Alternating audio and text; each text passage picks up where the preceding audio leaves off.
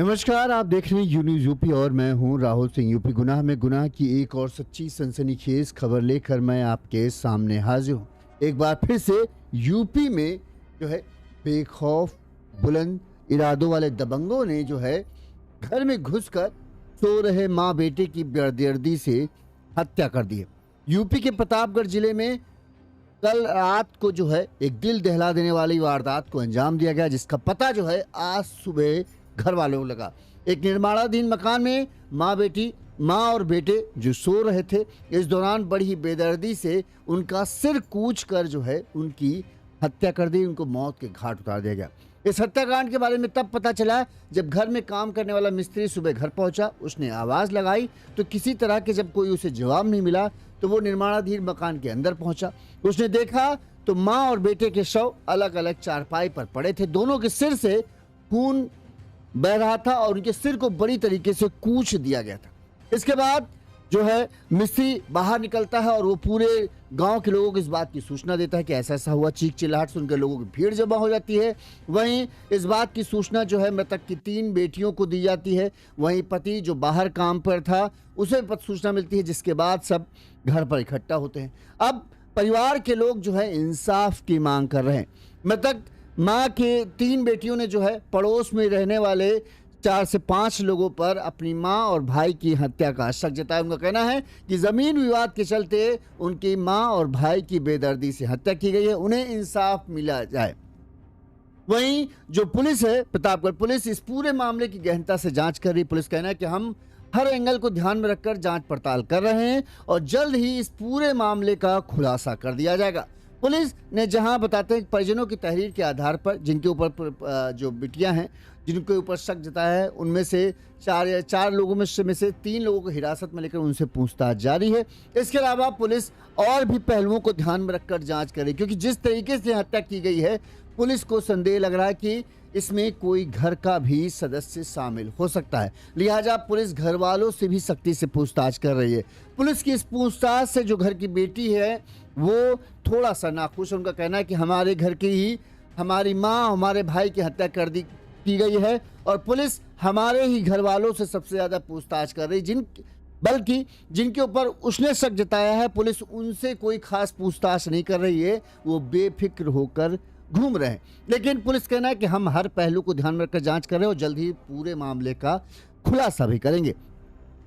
कैसे इस हत्याकांड की वारदात को अंजाम दिया गया, हत्यारा कौन हो सकता है, ये तमाम पहलुओं पर हम बात करेंगे। आपको विस्तार से पूरी रिपोर्ट देंगे ताकि आपको पूरी जानकारी मिल सके। उससे पहले हम पूरी खबर आपको बताएं, उससे पहले एक छोटी सी अपील। अगर आपको हमारी खबर अच्छी लगती है, आपको लगता है कि हम सही तरीके से खबरें आप तक पहुंचा रहे हैं, तो आप हमें आर्थिक तौर पर सहयोग दे सकते हैं। हमारा फ़ोन पे नंबर स्क्रीन पर फ्लैश हो रहा है। इस नंबर पर आप अपने सामर्थ्य अपनी क्षमता अनुसार हमें मदद कर सकते हैं अगर आपका दिल करे। चलिए अब खबर शुरू करते हैं। यूपी के प्रतापगढ़ जिले में आज सुबह उस वक्त हड़कंप मच गया जब ये पता चला कि एक निर्माणाधीन जिस घर को बनाया जा रहा था उस घर के अंदर जो है घर की मालकिन यानी माँ और बेटे जो अलग अलग चारपाई में सो रहे थे, उनकी बड़ी ही बेदर्दी से सिर कूचकर हत्या कर दी गई। माना यह जा रहा है किसी भारी चीज से उनके सिर पर वार किया गया। अब वो ईंट भी हो सकता है या कोई डंडा, लोहे का हथौड़ा वगैरह, इससे मतलब किसी भारी चीज से जो है उनके सिर पर कई बार ताबड़तोड़ वार किए गए हैं।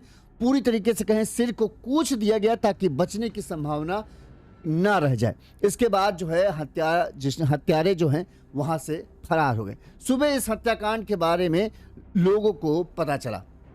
आपको बता दें प्रतापगढ़ जिले के पारा हमीदपुर के रहने वाले दिनेश मौर्य जो है मुंबई में निजी क्षेत्र में नौकरी करते हैं, यानी प्राइवेट नौकरी करते हैं। वहीं जो ये अंतु थाना, प्रतापगढ़ का अंतु थाना क्षेत्र है और गांव का नाम है पारा हमीदपुर। यहाँ के जो दिनेश मौर्य जो थे ये मुंबई में एक प्राइवेट नौकरी करते थे। घर से दूर खेत में इनका जो है एक मकान का निर्माण कार्य चल रहा था। मकान जो निर्माण कार्य चल रहा था, गांव में इनकी पत्नी शिवपत्ती मौर्य जिनकी उम्र करीब 40 से 45 साल के आसपास है, वहीं छोटा बेटा और औरब जिसकी उम्र करीब 12 से 14 साल के बीच बताई जा रही है। ये लोग जो है गांव वाले घर पर थे और जो घर का खेत में जो है नया घर बनवा रहे थे बड़े धूमधाम के साथ, उसमें जो ये नजर रखते रहते थे कि क्या कैसे काम चल रहा है, इस तरह के काम करते थे। वहीं जो दिनेश मौर्य की 3 बेटियां हैं, इनमें सबसे बड़ी बेटी है 20 साल की वंशिका, दूसरी बेटी है 19 साल की रितिका और एक 16 साल की बेटी है अर्पिता। ये शहर के विवेक नगर में किराए पर कमरा, यानी प्रतापगढ़ शहर में जो है ये किराए पर कमरा लेकर रहती हैं। रितिका और वंशिका जो है बाबागंज स्थित शॉपिंग मॉल में जो है नौकरी करती हैं, जबकि अर्पिता अभी पढ़ाई कर रही है। अंशिका और रितिका जो है इन्होंने ग्रेजुएशन अपना कंप्लीट भी कर लिया है। जब ये सब पूरा कांड हुआ तब ये तीनों बेटियां जो है ये वहीं अपने शहर वाले कमरे पर थी, घर पर थी, और जो पति थे दिनेश मौर्य वो मुंबई में नौकरी कर रहे थे।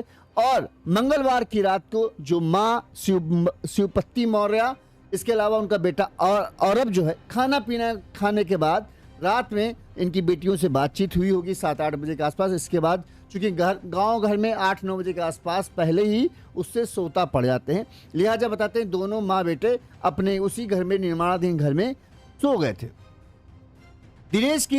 दिनेश मौर्य की भतीजी विनीता मौर्य ने बताया कि घर के पीछे निर्माणाधीन मकान की शटरिंग का काम चल रहा था।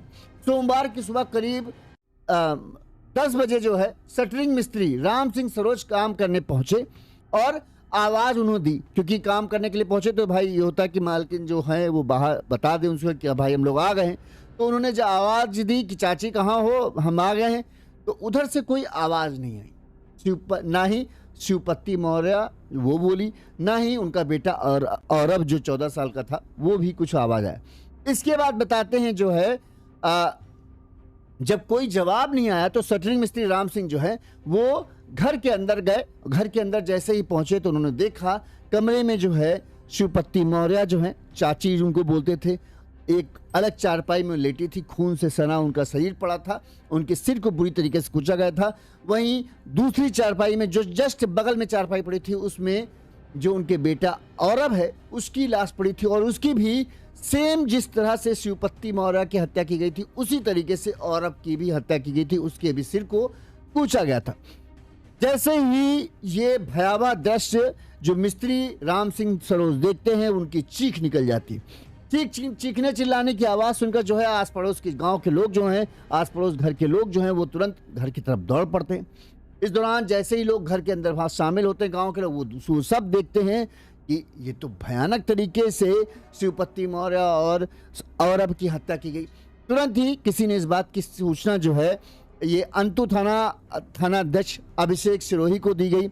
इसके बाद जैसे ही डबल मर्डर की सूचना मिली तो थानाध्यक्ष अभिषेक सिरोही पुलिस बल के साथ मौके पर पहुंचे और फॉरेंसिक टीम के साथ ले गए। इसके अलावा जांच पड़ताल शुरू कर दी गई।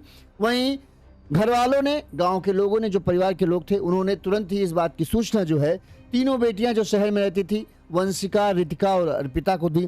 तीनों बेटियां तो तुरंत ही वहां से निकल चुकी और कुछ देर बाद जो है अपने घर भी पहुंच गई। तीनों बेटियों ने जैसे ही अपने माँ और भाई की लाश देखी, तीनों बेटियों का रो रो कर बुरा हाल था। तीनों बेटियां बेसुध हुई जा रही थी और जो सबसे बड़ी बेटी है वंशिका, उसने अपने पड़ोस में रहने वाले राजकुमार मौर्य पर जो है अपने माँ और भाई की हत्या का आरोप लगाया। इसके अलावा 3-4 और नाम उसने बताए जिन पर उसने सीधे सीधे पड़ोस में ही रहने वाले सभी लोग थे उन पर हत्या का आरोप लगाया। उनका कहना है जमीन विवाद में इन्होंने कई बार हमारे घर वालों को धमकी दी थी और इसी जमीन विवाद के चलते जो है रात में जब माँ और भाई सो रहे थे तब इन लोगों ने घर में घुसकर मेरे माँ और भाई की बेदर्दी से हत्या कर दी। वहीं ये सूचना मुंबई में काम कर रहे दिनेश मौर्य को मिली तो वो भी पहुंच गए। वो आज जो है मंगलवार की दोपहर में बुधवार के रात में जो है वहां पहुंचे घर। इसके बाद आज जो है माँ बेटे का अंतिम संस्कार कर दिया गया। इस मामले में जैसे ही दोहरे हत्याकांड की सूचना तमाम बड़े अधिकारियों को पहुंची तो पुलिस अधीक्षक प्रतापगढ़ जिले के पुलिस अधीक्षक दीपक भूकर ही जो है वो घटनास्थल का निरीक्षण करने पहुंचे। इसके बाद सीओ सिटी प्रशांत राज हुड्डा भी छानबीन करने पहुंचे। इस दौरान सदर विधायक राजेंद्र मौर्य भी पीड़ित परिजनों से मिले और उन्होंने परिजनों को ढांढस बताते हुए हिम्मत बताई। पुलिस के अनुसार ऐसा माना जा रहा है,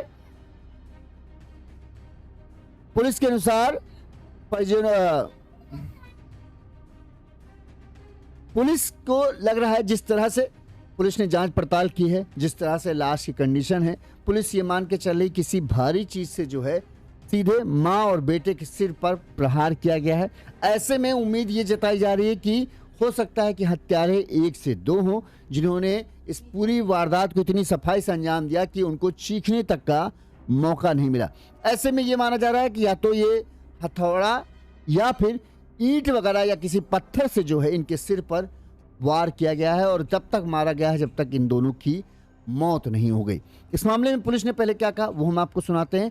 वहीं बेटी ने जो बयान दिया वो थोड़ा सा पुलिस के लिए खिलाफ है, क्योंकि उनका बेटी कहना है कि पुलिस जिस तरह से इस पूरे मामले की जांच पड़ताल कर रही है वो ऐसा लग रहा है कि वो हम ही लोगों पर शक कर रहे हैं और जिन पर हम लोग शक जता रहे पुलिस उनका कुछ भी नहीं कर रही। तो सुनिए पहले पुलिस ने इस मामले में क्या कहा, फिर बेटी का बयान भी हम आपको सुनाते हैं। आज दिनांक 16/3/26 को थाना अंतु में सुबह 10 बजे के आसपास ये सूचना मिली थी कि यहाँ गांव जो पारा हमीदपुर गांव है, इसमें एक घर में एक महिला और उसके पुत्र का शव जो है वो मिला है और उनके शरीर पे चोट के निशान है। तो इसमें जो हमारी फील्ड यूनिट है और मेरे द्वारा भी घटनास्थल का निरीक्षण किया गया है। जो महिला है शिवपति, वाइफ ऑफ दिनेश कुमार, और उनका जो पुत्र है औरव मौर्य, उन दोनों के सिर में चोट के निशान मिले हैं और इसमें सभी जो बिंदु हैं उन पे गहनता से पुलिस के द्वारा जांच की जा रही है और इसमें जितने भी तथ्य हैं, साक्ष्य हैं, वो जुटाए जा रहे हैं। शीघ्र ही जो पुलिस टीम्स इसमें लगाई गई है वो घटना का हम अनावरण सुनिश्चित करेंगे। तो पुलिस अब हर एंगल को ध्यान में रख, देखिए पुलिस का काम यही होता है। पुलिस सिर्फ ऐसा नहीं कि पीड़ित परिवार ने जो बोला उस पर ही भरोसा कर ले, पीड़ित परिवार कह दे कि इन्होंने हत्या की है और वो उन पर मान ले। पुलिस हर एंगल को ध्यान में रखकर जांच पड़ताल करती है, क्योंकि हत्या के मामले ऐसे होते हैं कि कई बार अपना ही कोई इस हत्याकांड की वारदात में शामिल होता है और वो लोगों की भीड़ में रहकर इंसाफ की आवाज़ भी उठाता है और असल में पूरी वारदात वही अंजाम देता है। लिहाजा पुलिस हर एंगल, हर पहलू को ध्यान में रखकर जांच पड़ताल करे। इस मामले में जो मृतक की सबसे बड़ी बेटी वंशिका ने क्या कहा वो भी आपको हम सुना देते हैं। किन किन लोगों पर उन्होंने आरोप लगाए ये भी उन्होंने बताया। इसके अलावा पुलिस किस तरह से उनसे पूछताछ कर रही है ये भी उन्होंने बताया। सुनिए। उनके पूरे कुलघर ने धमकी दी थी। क्या नाम है उनके? पिता का नाम मंगरू राम मौर्य है। अच्छा। बेटे का नाम पवन कुमार मौर्य, अशोक कुमार मौर्य, राजकुमार मौर्य, जो कि राजकुमार मौर्य सबसे मेन मुद्दा है। अच्छा। इन्होंने एलएलबी कर चुका है और एलएलबी करके 2-3 महीने से कचहरी में ही बैठ रहे थे। अच्छा। और इनके छोटे भाई विजय कुमार मौर्य, किशन लाल मौर्य और इनकी बहन गुंजन मौर्य। अच्छा।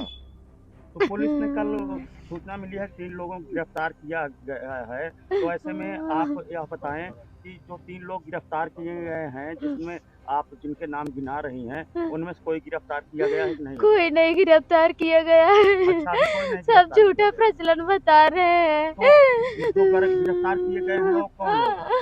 कोई नहीं गिरफ्तार किए गए हैं। और आप अपने भाई की बात कर रही थी। मेरे भाई, चचेरे भाई है रंजीत कुमार मौर्य के बेटे रणबहादुर मौर्य, हमको और मेरी बहन को और रणबहादुर मौर्य को तीनों साथ में थाने लेके गए। वहाँ पूछताछ किए, उसके बाद अलग के रूम में उसको ले गए, पूछताछ किए। कितना पूछताछ करेंगे, क्योंकि हम लोग लगभग 1 बजे आ गए थे, तब से आए 9:30 बजे रात तक। इतना टॉर्चर कर करके हम लोग से ही पूछे तो मेरे भाई का क्या हाल करे होंगे। भाई को छोड़ा कि नहीं छोड़ा? भाई को बोले अभी छोड़ देंगे तभी छोड़ देंगे, अभी इतना टाइम हो गया नहीं छोड़े हैं। क्या चाहते हो बेटा? हम ये तो चाहते हैं कि मेरे भाई को छोड़े, जो सपोर्ट कर रहा था उन्हीं को क्यों गलत ठहराया जा रहा है। क्योंकि मेरे पापा इतना समझदार नहीं थे, जो है हम अपने उन्हीं बड़े भाई को ही समझते थे। मेरा एक ही छोटा भाई था, सबसे बड़ा भाई मैं उन्हीं को समझती थी, सबसे समझदार भी थे। मेरा सपोर्ट, मेरे कुलघर, मेरे परिवार का भी वही सबका सपोर्ट करते थे। तो अभी आरोपी जिनके नाम आप बता रहे हैं कोई नहीं पकड़ा गया? कोई नहीं पकड़ा गया है, सब थाने वाले झूठ बोल रहे हैं। अच्छा। हाँ। तो आप पुलिस प्रशासन से या शासन से क्या चाहते हैं? हम यही इतना चाहते हैं कि वो मेरे भाई को छोड़े, आगे जो भी कार्रवाई की जा रही है, जिसका नाम हम दर्ज कराए उनके बारे में खोजबीन किया जाए। जिनका नाम हम दर्ज कराए उनके में कोई जो है खोजबीन नहीं किया जा रहा, ना कोई पूछताछ किया जा रहा है। हमको, मेरी बहनों को, मेरे भाइयों को क्यों टॉर्चर किया जा रहा है? पूछताछ होती है जिसके घर में 2-2 मर्डर हुआ है, लेकिन इतना पूछताछ नहीं की जाती है, बातों को गुमराह किया जाए। तो जो बड़ी बेटी है उसने सीधे सीधे पुलिस को ही कटघरे में खड़ा कर दिया। उसका कहना है कि पुलिस जो है, हम जानते हैं कि जब कोई घटना होती है तो परिजनों से भी पूछताछ की जाती है, लेकिन वंशिका ने कहा कि जिस तरह से हमसे पूछताछ हो रही, मेरे चाचा के लड़के हैं जो मेरे बड़े भाई हैं, उनसे घंटों घंटों पूछताछ की जा रही, तो ऐसा लग रहा है कि पुलिस जो है हम ही को शक के घेरे में लिए हुए है, और जिन पर हम लोग बात कर रहे हैं, जिनके ऊपर हम आरोप लगा रहे हैं, जिन पर हम शक जता रहे हैं, पुलिस उनसे पूछताछ नहीं कर। पुलिस का कहना है कि वो सबसे पूछताछ कर रही, जिनके ऊपर आरोप लगाए गए हैं उनमें से 4 में से 3 को पुलिस ने हिरासत में भी ले लिया, उनसे पूछताछ जारी है। इसके अलावा पुलिस का ये काम है कि हर पहलू को ध्यान में रखकर जांच करें, क्योंकि आप जितने भी हत्याकांड पिछले देखे, हर हत्याकांड में अक्सर ये मिलता है कि कोई ना कोई करीबी ही घर का शामिल होता है, जो इस बात का फायदा उठाने की कोशिश करता है कि हाँ, पड़ोस के लोगों से इनकी दुश्मनी है, अगर कुछ इन्हें होगा तो सीधा सीधा शक उनके ऊपर ही जाएगा।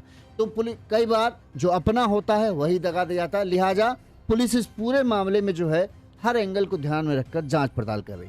वहीं जो मृतका शिवपत्ती मौर्य हैं, उनका बेटा जो आलोक जो है यानी औरभ जो है, उसके पिता जो हैं दिनेश मंगलवार की शाम को जो है मुंबई से लौटे। इसके बाद जो है आज जो है तकरीबन 4 बजे जो है तो का अंतिम संस्कार कर दिया गया है। इस दौरान जो है पुलिस ने बेटी को तहरीर पर पड़ोसी अधिवक्ता सहित 5 लोगों के खिलाफ हत्या का मुकदमा दर्ज कराया है। 4 लोगों को पुलिस ने हिरासत में लिया और उनसे पूछताछ की जा रही। जो आपको एक बार फिर से बता दें, ये जो पूरी घटना है यूपी के प्रतापगढ़ जिले के अंतु थाना क्षेत्र के पारा हामिदपुर गांव की है, और यहाँ पर दिनेश मौर्य जो है उनका परिवार रहता था। दिनेश मौर्य कहें तो वो मुंबई में प्राइवेट नौकरी करते थे। यहाँ पर गांव में जो है उनकी पत्नी शिवपत्ती मौर्य, जिनकी उम्र करीब 42 से 45 साल के आसपास है। इसके अलावा उनका सबसे छोटा बेटा औरब जो है 14 साल के आसपास उसकी उम्र बनाई, वो यहाँ गांव में रहते थे। इनके अलावा इनकी 3 बेटियां थी। सबसे बड़ी बेटी 20 साल की वंशिका, फिर 19 साल की रितिका और 16 साल की अर्पिता। ये तीनों बेटियां जो है प्रतापगढ़ शहर में किराए पर कमरा लेकर रहती थी।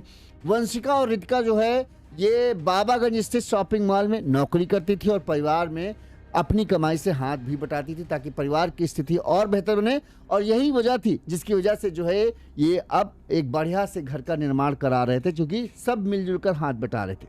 वहीं सबसे छोटी बेटी जो अर्पिता है वो कंप्यूटर की पढ़ाई वगैरह कर रही। दोनों बेटियां भी ग्रेजुएशन कर चुकी हैं। इस मामले में जो इनके ऊपर आरोप लगाया गया है, पुलिस ने आपने उनके नाम सुने, बेटी ने बताया है।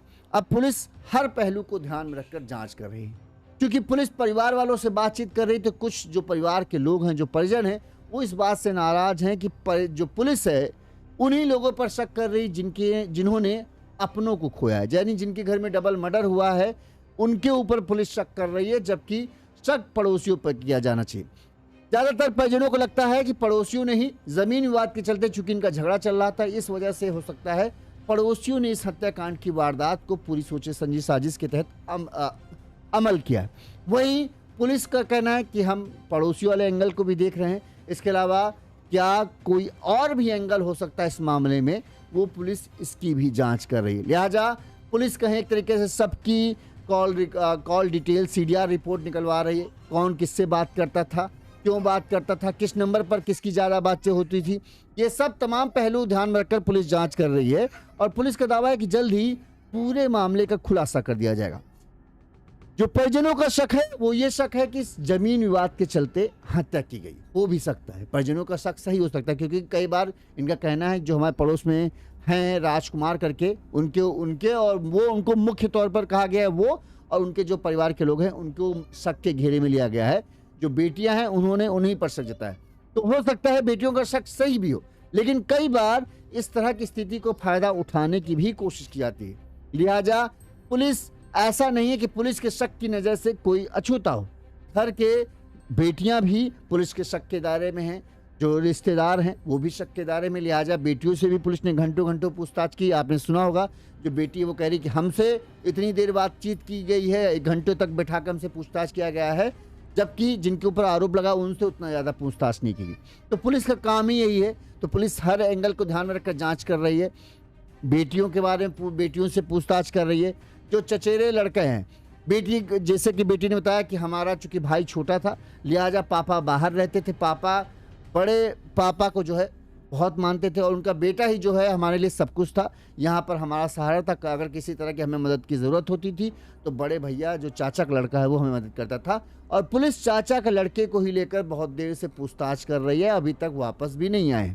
लिहाजा इसी वजह से पुलिस बिटिया जो बेटी थी वो परेशान, उनका कहना है कि हमें परेशान ना किया जाए, इस तरह से करना ठीक नहीं है। हमने अपनी माँ और बेटे भाई को खोया और हमें ही पुलिस परेशान कर रही। लेकिन अब थोड़ी सी परेशानी तो होगी, इतना बड़ा मामला है, 2 हत्याएं हुई हैं, तो सख्त पुलिस हर एंगल को ध्यान में रखकर जांच करेगी।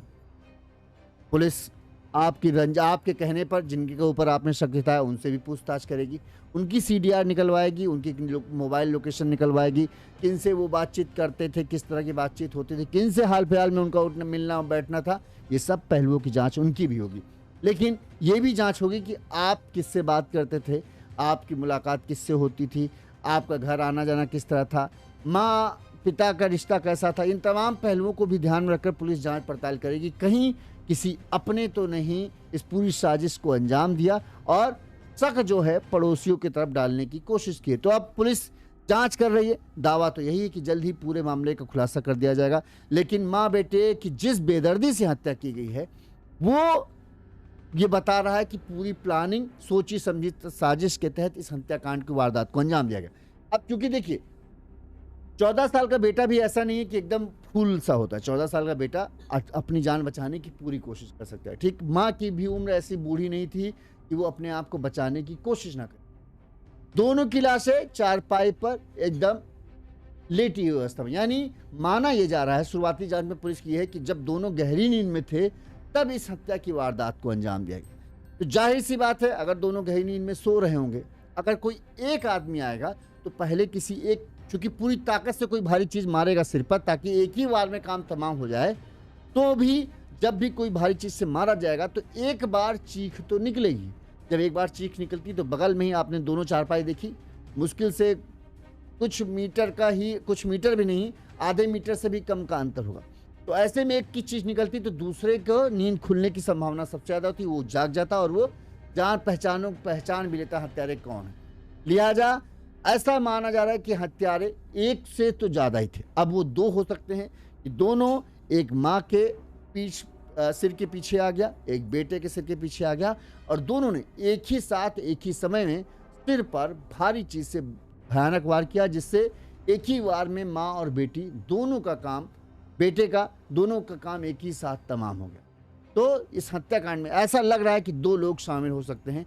अब कौन है, कहां से आए, हत्या का मकसद जो कि परिजनों का कहना जमीन है, तो क्या सच में जमीन के लिए हत्या की गई या फिर किसी अपने ने इस पूरे हत्याकांड की साजिश रची है ताकि वो अपनी जो खुशी है या अपने किसी फायदे के लिए जो है वो उस फायदे को पाना चाहता था और उसके इस फायदे में शायद जो है ये पत्नी और बेटा जो है वो रोड़ा बन रहे, इसलिए उसने इन्हें हमेशा के लिए रास्ते से हटा दिया। अब क्या सच है, पुलिस कितने दिनों में इस केस का खुलासा करेगी बताया जा रहा। सोमवार रात की ये घटना थी, मंगलवार की शाम को पति आया, बुधवार को आज जो है अंतिम संस्कार की क्रिया बताते हैं शायद की गई है। तो ऐसे में 3 से 4 दिन गुजर गए हैं, 3 दिन कहें तो हो चुके हैं, सोमवार मंगल बुध, आज बुध भी होने ही वाला है। अभी तक तो इस पूरे मामले में कोई खुलासा नहीं है, क्योंकि घर भी जहाँ था वहाँ पर आसपास कोई CCTV कैमरे नहीं है। तो ऐसे में इस हत्याकांड की गुत्थी को सुलझाना पुलिस के लिए बहुत बड़ी चुनौती है। ये कोई आसान केस तो नहीं है कि जिसमें पुलिस CCTV की मदद से इस केस को खुलासा कर ले।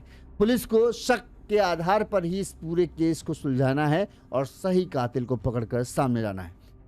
जैसा कि मुझे अनुभव लग रहा है, जो मैं क्राइम की खबरें बना रहा हूँ, मुझे लग रहा है कि हो ना हो इस हत्याकांड में कोई अपना तो है जिसने माँ और भाई दोनों को दगा है दिया। मुझे ये मानना है। अब मैं झूठ गलत भी हो सकता हूँ, क्योंकि कई बार होता है कि भाई जिस पे परिवार के लोग शक कर रहे हैं वही हत्या कर देता है। लेकिन यहाँ एक पॉइंट ये है कि अगर किसी के साथ किसी की दुश्मनी है, वो भी अगल बगल की, तो पूरे गांव की इस बात की भनक होती है। तो जो दुश्मन है वो भी ये जानता है कि अगर इन्हें कुछ होगा तो सबसे पहला शक मेरे ऊपर जाएगा। ऐसे में 5 में से 4 लोगों को पुलिस घर से पकड़ ले, ठीक है, आसपास पकड़ ले, तो फिर ये नहीं समझ में आएगा कि भाई अगर कोई पड़ोस वाला हत्याकांड की वारदात को अंजाम देगा और उसका पुराना झगड़ा भी चल रहा होगा तो वो घर पर नहीं रुकेगा, वो हत्या की वारदात के बाद तुरंत फरार हो जाए। ऐसे में जिन लोगों को पुलिस ने हिरासत में लिया उनको घर के आसपास से ही पकड़ा है। तो ये अगर वो हत्या की वारदात को अंजाम देते तो वो घरों पर ना रुकते, वो अपने अपने जो मूल गाँव है वहाँ चले जाते, ताकि पुलिस को पकड़ने में दिक्कत हो और वो कुछ दिन जो है अपनी पुलिस की पकड़ से बच भी सके। अब देखते हैं पुलिस इस पूरे मामले में क्या खुलासा करती है। जो भी इस मामले का खुलासा होगा हम आपको पूरी रिपोर्ट दिखाएंगे। देखते रहिए यून्यूज़ यूपी। आप हमें कमेंट करके ज़रूर बता सकते हैं कि आपके हिसाब से इस पूरे हत्याकांड की साजिश को किसने रचा। क्या बेटियों का कोई हाथ इसमें हो सकता है, या पति ने मुंबई रहते कुछ कराया है, या फिर सच में जैसे कि परिजनों ने शक लगाया कि पड़ोसी ने ज़मीन विवाद के चलते इस हत्याकांड की वारदात को अंजाम दिया है। तो क्या उसने ही किया? अब ज़मीन विवाद के चलते किया है तो इस हत्याकांड के बाद भी ज़मीन उसको तो नहीं मिलने वाली है, क्योंकि जाहिर सी बात है अब परिजनों, सरकार, प्रशासन सबकी सहानुभूति जो है वो मृतक के पति की तरफ हो जाए। ऐसे में कोई भी ज़मीन कब्जा तो नहीं सकता है। देखते हैं क्या कारण निकलता है इस दोहरे हत्याकांड के पीछे। देखते रहिए यून्यूज़ यूपी। नमस्कार। इसी तरह से गुनाह की तमाम खबरें हम आप तक पहुंचाते रहेंगे।